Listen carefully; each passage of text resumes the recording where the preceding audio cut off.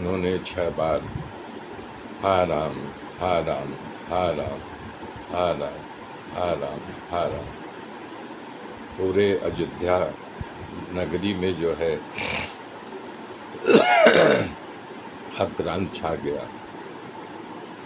और तुरंत गुरुदेव वशिष्ठ ने, सुमन जी ने सभा बुलाई और उस समय जो है भरत और शत्रुघ्न कैकेयी देश अपने ननिहाल में थे। सभा में हुआ कि इस समय क्या करना चाहिए। तब गुरु वशिष्ठ ने कहा सबसे पहले इनके पार्थिव शरीर के एक नौका मचाई जाए, जिसमें तेल भर करके सुरक्षित रख दिया जाए, क्योंकि उनके चारों पुत्रों में से कोई नहीं है। राम और लक्ष्मण तो वन को चले गए, भरत और शत्रुघ्न अपने ननिहाल में हैं। तो वहाँ सब ने राय दिया कि भाई तत्कालिक किसी को राजा बनाना चाहिए।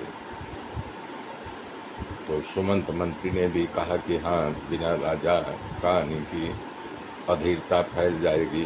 गुरुदेव ने कहा भाई सबसे पहले भरत को तेज घोड़े दौड़ने वाले उप मंत्री श्रीधर तुम जाओ और उनको इस बात को मत बताना कि आपके पिता नहीं रहे हैं।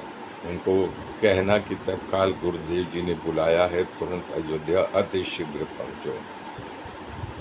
श्रीधर तेज दौड़ने वाले घोड़े लेकर के वहाँ जाता है और उसी रात जो है भरत बड़ा भयानक स्वप्न देखते हैं कि हमारे पिताजी गधे पर बैठ कर के दक्षिण दिशा की ओर जा रहे हैं। उड़ते ही उन्होंने शत्रुघ्न से बताया, बोले भैया सपना सपना ही होता है, आप उठिए। तब तक जो है वो श्रीधर घोड़ा लेके पहुंच गया।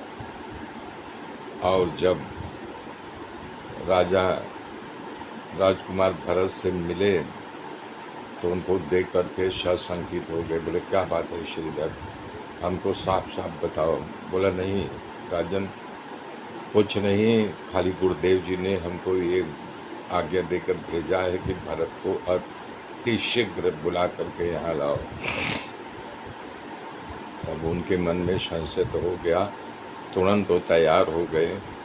रथाधीश होकर के वो शत्रुघ्न बिना कुछ लिए ही वहाँ से निकल पड़े।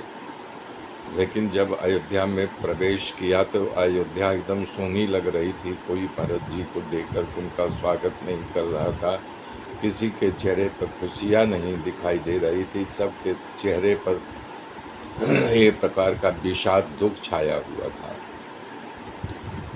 वो जब वहाँ प्रवेश करते हैं घोड़े को छोड़ करके, तो माता अकेली कैकेयी उनका स्वागत करने के लिए वहाँ खड़ी हुई। तो उनको आश्चर्य हुआ कि आज पहली बार सभी माताएं यहाँ न खड़ी होकर के अकेली जो है माता कैकेयी है। तो बोले क्या बात है माता कैकेयी? तो बोले बेटा विधाता ने हमारा साथ दिया है, तुम्हारे भाग की वृद्धि हो रही है कि आओ तुम्हारा स्वागत है। बोले नहीं माता बताओ क्या बात है? कि बोले बात ऐसा है कि तुम्हारे पिताजी ने तुमको राजगद्दी दिया है और राम लक्ष्मण और सीता जी को वनवास। बोले अरे ऐसा कैसा हो सकता है कि पिताजी ने मुझे बड़े भैया के रहते राजगद्दी दे रहे हैं और बड़े भैया को वनवास। बोले पिताजी कहाँ हैं? तो बोले पिताजी तुम्हारे उनका स्वर्गवास हो गया। इतना सुनते ही तो वो तो 2 कदम पीछे हो गए, रोते हुए भी रो नहीं पा रहे थे। तुरंत जो है माता कौशल्या के कक्ष में जा कर के फूट फूट करके रोने लगे।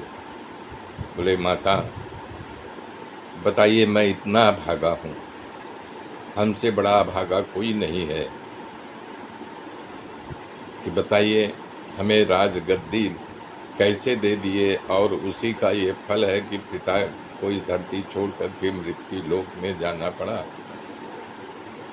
मेरे मित्रों मेरे साथ जुड़े रहिए, आगे की गाथा फिर कल जोड़ूंगा। तब तक के लिए जय श्री राम।